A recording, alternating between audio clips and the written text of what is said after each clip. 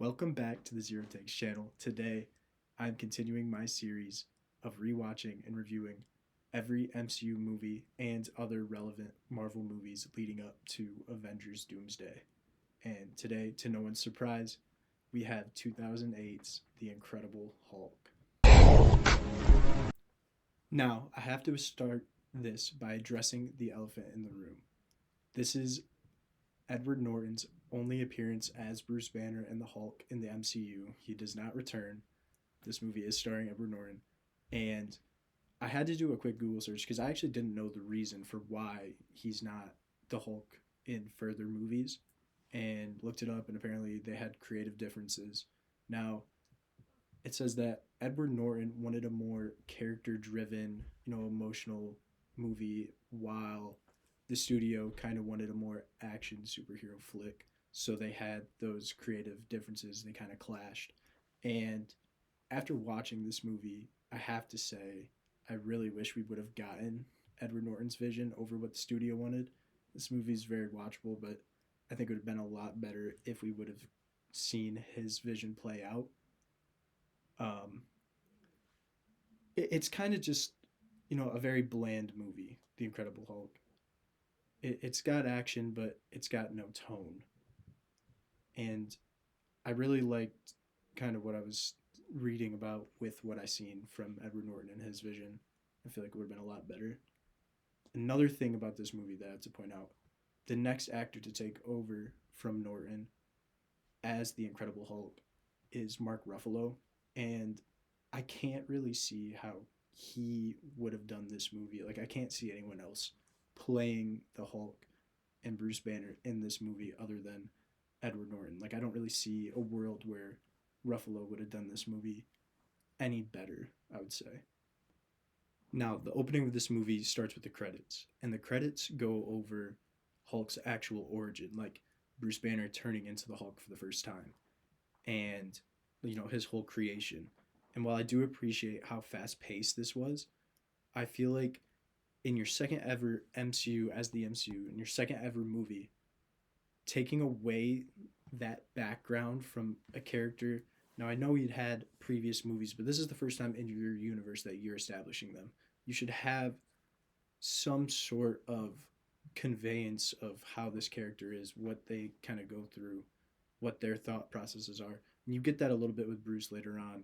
But I feel like this movie kind of ripped away any, semblance of a background and an understanding of the character of Bruce himself, and sort of the Hulk in a way itself, for it to kind of set up me watching this movie and not really caring about the character all too much. Like, I feel like that choice, not saying it's a bad one, because there are superhero movies that I think are good that don't include, the full background. Like, I liked Fantastic Four.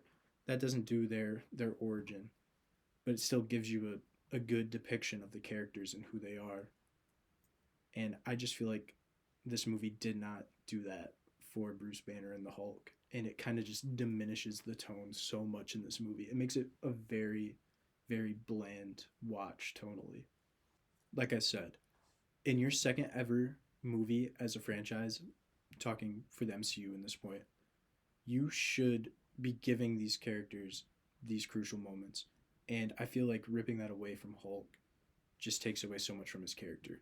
Hulk should be a main player in the Marvel Cinematic Universe as we know it, and he technically is. Like, he shows up in Thor, he shows up in all the Avengers movies, but like, when you think about it, like, they even call it the big three, and it's Cap, Tony, and Thor.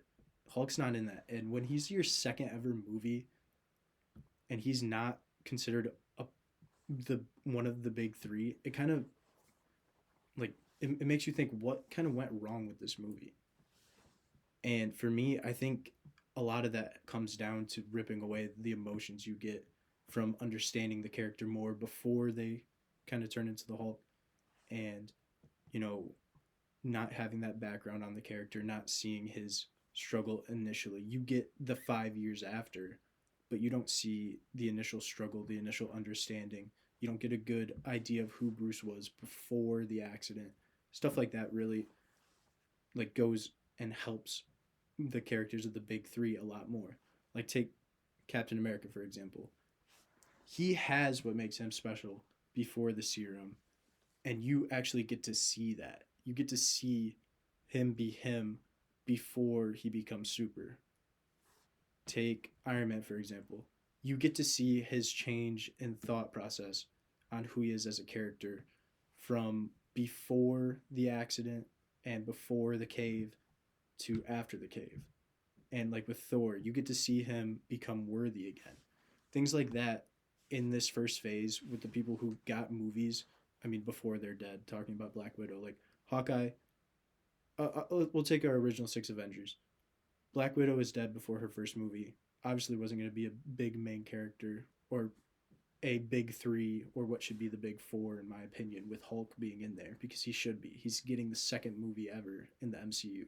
He should be at that level, and he's just not. But you take Black Widow, she had a posthumous movie like that. Obviously, you're not going to get into the upper echelon of the big three, big four. Hawkeye only gets a show, and it's kind of half of his show. He still appears in things, but not really established as one of the big hitters. And then you look at Cap, Iron Man, Tony, or Cap, Iron Man, Thor. Thor has four movies, getting a fifth, appears in multiple Avengers movies. Look at Captain America, he has a trilogy of movies and appears in multiple others. You look at Iron Man, and he's in so many different movies and is considered one of the most important characters. And then you look at Hulk, who gets his first movie, it fizzles out, and I think you can kind of really draw that back to not having an understanding of the character before we kind of get introduced to him. So that's just kind of where I think the MCU kind of really messed up with this movie. Another thing that kind of hurts the character of Hulk in the MCU is how this movie was received, especially financially. And it's only I believe it's the second lowest box office return, or maybe not return, but highest grossing box office. So it's the second lowest in the MCU, only above the Marvels. And when you look at that compared to Iron Man, which came out the same year just earlier, Iron Man had like almost 600 million as a box office score, and the Hulk had like 260. So obviously something wasn't pulling and grabbing the attention of the audience, and something was obviously not as good with this movie at the start, even just off the get-go. And it kind of hinders the chance of Hulk getting a sequel, which I think Hulk definitely should have gotten a sequel. Like, this movie is watchable enough to where, you know, we should have gotten a second one. It comes down to two different things. The first one is that box office that I just said, way too low, didn't pull in enough money. And the second one, I think a lot of people kind of know about this already, but Universal has the rights to the Hulk, and it's just a hassle. Like, we've seen the Spider-Man stuff. I don't think they wanted to do that with the Hulk, even though he's a top three most popular Marvel character. They kind of only went through that tough process for Spider-Man, which is understandable. He's the biggest. But it would have been really nice to see these, you know, storylines go somewhere for Hulk, and these characters show up again for Hulk. And just getting a whole Hulk sequel in itself. Now, as I say that, this movie does have a sequel. It is not a Hulk movie. Why is the sequel to this movie not a Hulk movie? Why is it a Captain America movie with the new Cap? It is just such...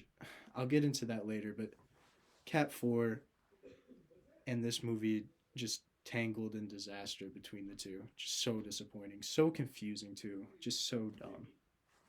But, like I said, this movie is very bland, but watchable at the same time. It's a weird mix of, like, nothing is really happening, but things are happening on the screen, so it's like, oh, I'll watch. Like, I was engaged pretty much the whole movie, but at the same time, I didn't really feel anything for the whole movie. So I feel like that balance, along with, like, the countless ups and downs and pros and cons of this movie, just kind of balance it all out into just what you get. So that's kind of just how I feel about the Hulk.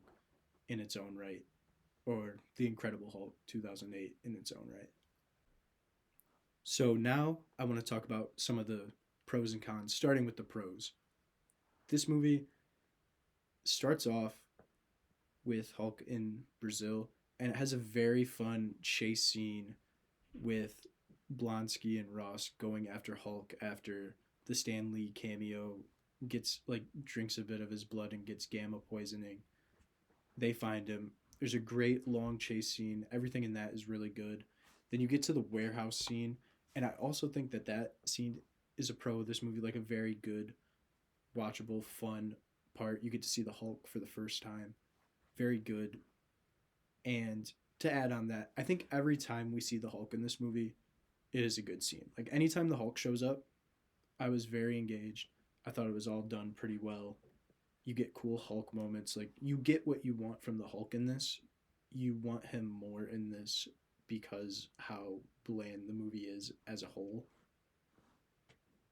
But that also doesn't take away from my next pro, which is Edward Norton, who does a really good job as Bruce Banner in this movie. I think he does a great job. He does the emotion well in a movie that lacks a lot of emotion and tone, and just really sells his part as the Hulk. Like I think he would have done great in the future, not to diss on Ruffalo's Hulk, because I think he does a great job too, has great lines in subsequent movies, but I just can kind of believe Edward Norton is the Hulk more than I can Ruffalo is. And I think that kind of adds to this movie. To talk a little more about the fight scenes, I think that there's like three big ones. You get that start, like I talked about, the chase into the warehouse. You get the one at the end with Hulk versus Abomination, and that's fun. It's a very CGI slop fight in a way. I still think it's a pretty good fight. It's not my favorite one. The CGI looks good at some points. The Hulk looks pretty great at all times. Like you can tell it's a little old, but I think it's like the best design we kind of get for the Hulk, which is cool. That or Avengers 1, I think are the two best from my memory. Who knows? Maybe I'll go back and watch Ultron and think maybe that one's in the conversation, but I think this might be my favorite Hulk design that we've seen. Now, the CGI isn't perfect all the time, but for the most part, it looks pretty good. And then you get my favorite fight scene, which is in the middle, which is at like that school. And, you know, it's when Betty's back in the fray and they're all watching Ross attack him at the school. You get the transformation. Just a very good fight scene. I liked all the stuff in that. You get Bruce, or I should say the Hulk, protecting Betty. And I think that was my favorite fight scene in the movie. So that's another pro there. Another pro, I would say, is Liv Tyler as Betty Ross. She does a great job as well. I don't think she performs as well as Norton, but still does great on her own right.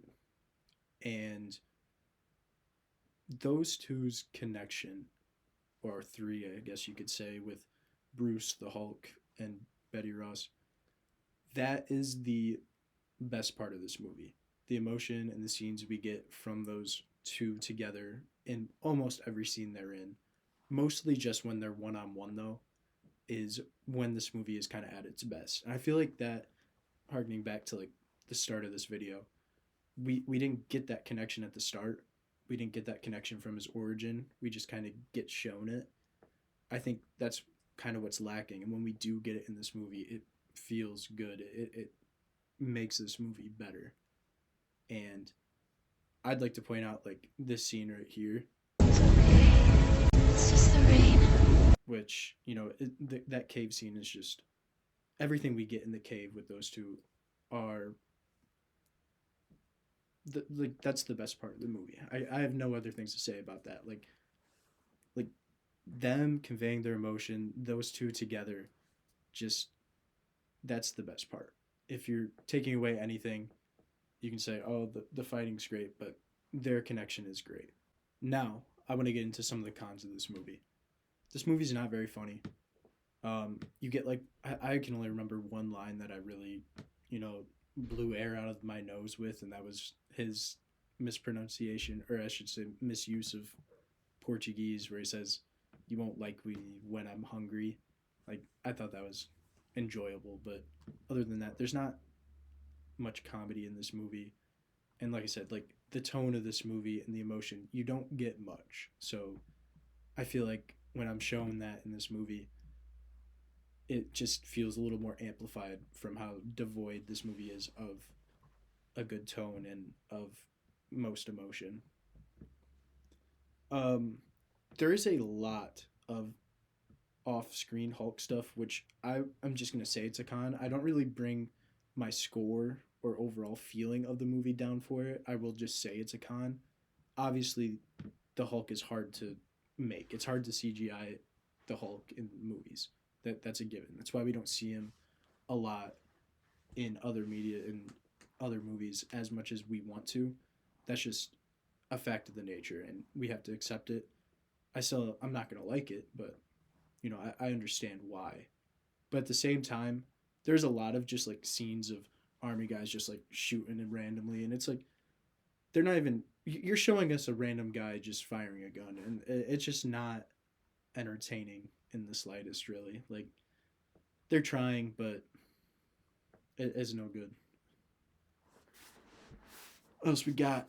Let's get into the villains now. We'll talk about Ross, played by the late William Hurt. I think he does a great job. I know this is the con section, but William Hurt does a great job playing his character. It's just his character, Thunderbolt Ross, sucks. Like he might be the most one dimensional character in the MCU, at least in this movie specifically. Thunderbolt Ross is so like seems to be so caught up with capturing Banner, capturing the Hulk, getting his weapon back from the Hulk, that he's like willing to just disregard and have his daughter die. Like there are multiple scenes in this movie where uh, Liv Tyler's Betty Ross is just in complete danger, and he's standing back, and he can definitely tell that it's happening, and he just lets it go until like the last second. He's like, "Oh wait, no," but it's like, dude, you, it's so bad. Like he's just so one track mindset on capturing the Hulk that he just cares about nothing else. Like he has a line in this movie where it's like he says like I would have taken you to jail too if you or they would have taken you to jail too if you weren't my daughter, but he didn't like he doesn't care. Like you can just tell by the way he's conveying it that he doesn't care at all. And I just don't find him an interesting watch. Like he's just kind of there. And that's the issue. Like he's there doing his one thing, and that's what he does. You get the scene at the end where he lets the Hulk go. They're not going to stop the Hulk. They needed the Hulk to stop Abomination for anything to happen. They had two Hulks on the loose, and they couldn't do shit about it. He's been searching for the Hulk for 5 years, and he's gotten close like zero times. Because you get close to Banner, and all you get is the Hulk. He does end up catching him, but that's just because he's trying to be cured. It's just, uh, I just don't really enjoy Thunderbolt Ross's character in this.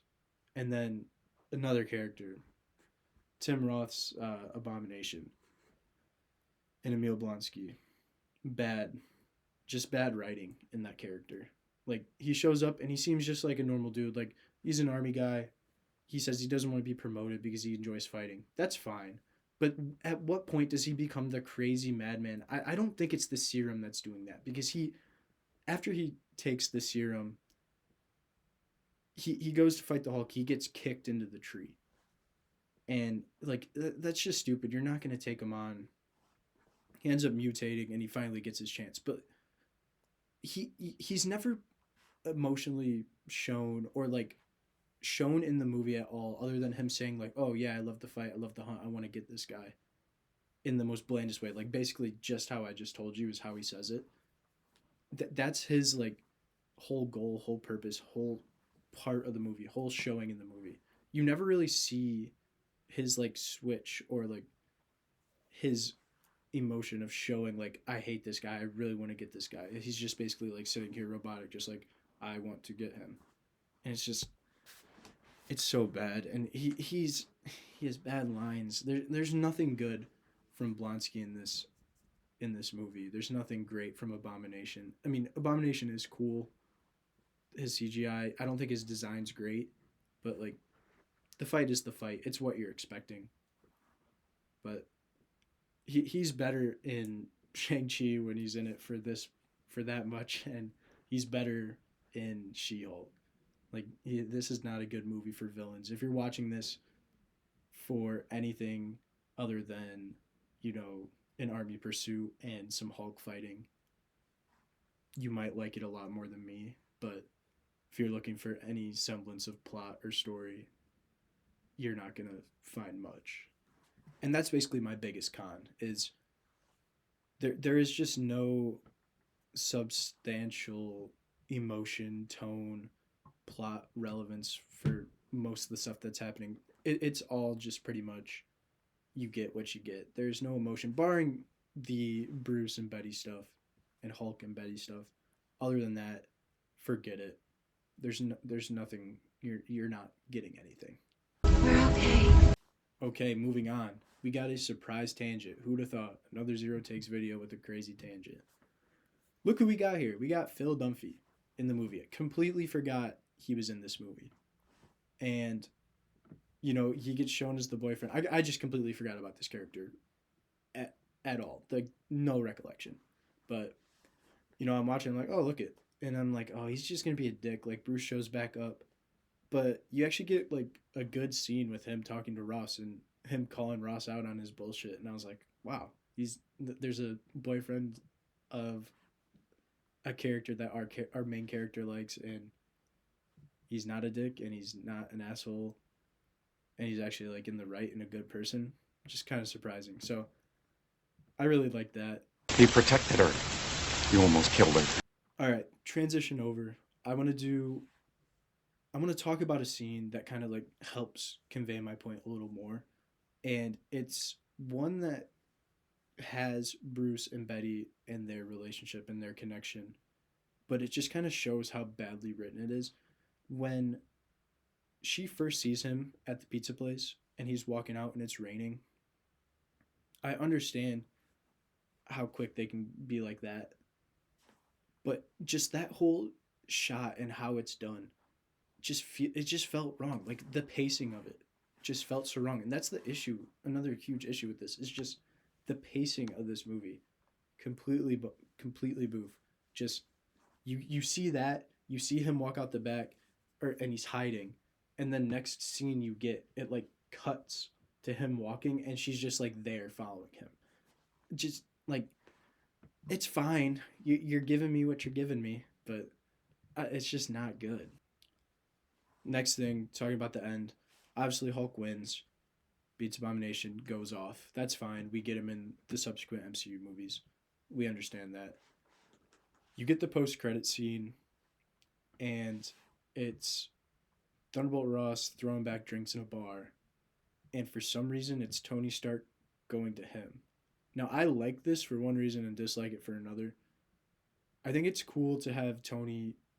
Obviously, it's cool to have Tony in the post-credit scene. Like, they are really quick on establishing this universe. Like, they're really going for it. 2 movies in, you got Nick Fury doing Avengers shit in the first one, and you got Tony kind of following in the footsteps in this one. Just really connecting these movies together, which, obviously, that's great. And I think it's also great that you kind of get a connection, like him and Ross, which eventually will come back in Civil War when we get there. But I think that's cool that you kind of plant those seeds now that really connects the movies. Like, obviously they're connected, but really just sprinkles down the trail, leaving breadcrumbs to where we get in Civil War. But the thing I don't get is, why would Tony go to Ross to talk about Banner or try to get Banner when Ross can't catch Banner? Tony would have literally the same odds of getting Banner if he just tried himself in the Iron Man suit, or at least talking to him, or finding the Hulk. I don't get why he had to go to Ross. Like, maybe I'm forgetting something, or maybe, you know, they just didn't really think about it that much. That's probably my guess. But him going to Ross to find Banner other than information, which Tony's smart enough to get for himself, doesn't make sense in the slightest. But still a good post credit scene. Don't hate it at all. Don't love it, but it's like the movie, man. Right down the middle. It's cool, but it's what it is. Give me a real fight! Okay, now it's rant time. Why the hell is Captain America 4 the sequel for this movie? Makes no sense. It is so bad. Like, this movie, you have Captain America 4, it came out last year, so it's pretty, for the most part, pretty good in my head, stuck in there. You get the leader, who in this movie is so frustrating. Like, he is such a fucking dork. He is so he that's another con of this movie that I just completely forgot to mention. The leader's bad. Stearns is bad. He's annoying as fuck during the movie. And then you get the goofy scene. I'll just show it. It's right here. You get that scene of him turning into the leader. Nothing good about it. You get the semblance of, or the start of Ross, and you get all of these characters that are Hulk characters from the Hulk movie that have nothing, zero, zip to do with Captain America, Sam Wilson, other than that they both kind of were in the army at the same time. And it's just so frustrating. Like, this could have been a Hulk movie. It would have been perfect to be a Hulk movie. And it takes me to the other point. Like, if this is a Hulk movie, if Captain America 4 is Hulk 2, it is a better movie and it makes more sense and it would just be the perfect combination. Yeah, the only issue is you get Hulk versus another Hulk again, but who cares when you're winning that battle by talking down the Hulk anyway? That, like, neither of those are good endings. I would rather have the two Hulks fight it out than Sam Wilson saying, "Hey, buddy, calm down." Like, it's just so confusing. And the other thing I have a huge issue with the MCU, rants continuing, rants keeping going. I had to look it up because after this and seeing Betty and Bruce's connection, I had to look it up. She's not in the MCU at all until Cap 4. She's at the end. Why is Bruce not trying to find her? He is smart Hulk now. He is accepted by the mass public. Like, he is everywhere. He's basically a celebrity. He's dabbing or doing whatever the fuck he was doing in Endgame. People like Hulk. He can go into buildings as Hulk. He can go into restaurants. People don't care anymore. No one cares anymore. Why is he, after Endgame, not going and being with Betty after seeing their connection here? There's nothing stopping him. I think that's such a big overlook from this movie. It's actually super frustrating because they have such good chemistry and they carry about it. Oh my God, I can't even talk. This is frustrating me. They care about each other so much.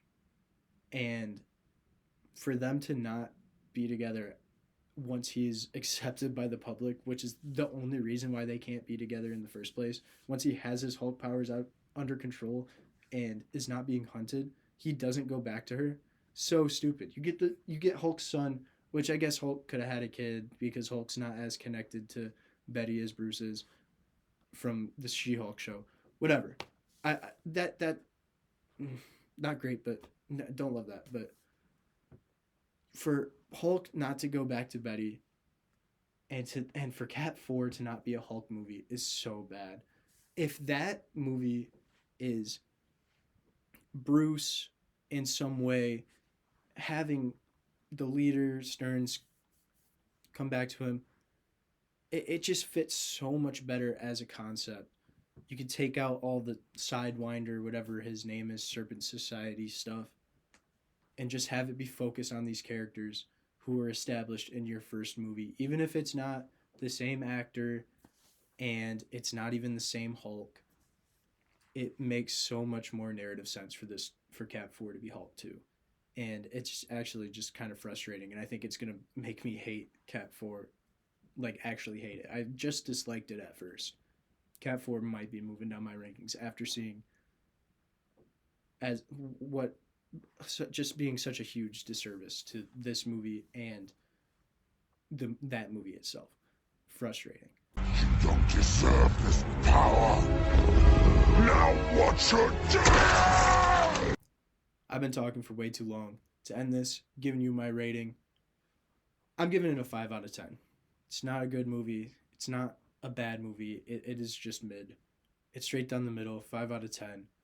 I posted a review on Letterboxd. Letterboxd is tagged on the screen right now. Go check that out. If you like this video, make sure to, I guess, like it and subscribe. And I'll catch you next time. You know what movie's coming next. That'll be Iron Man 2. Peace.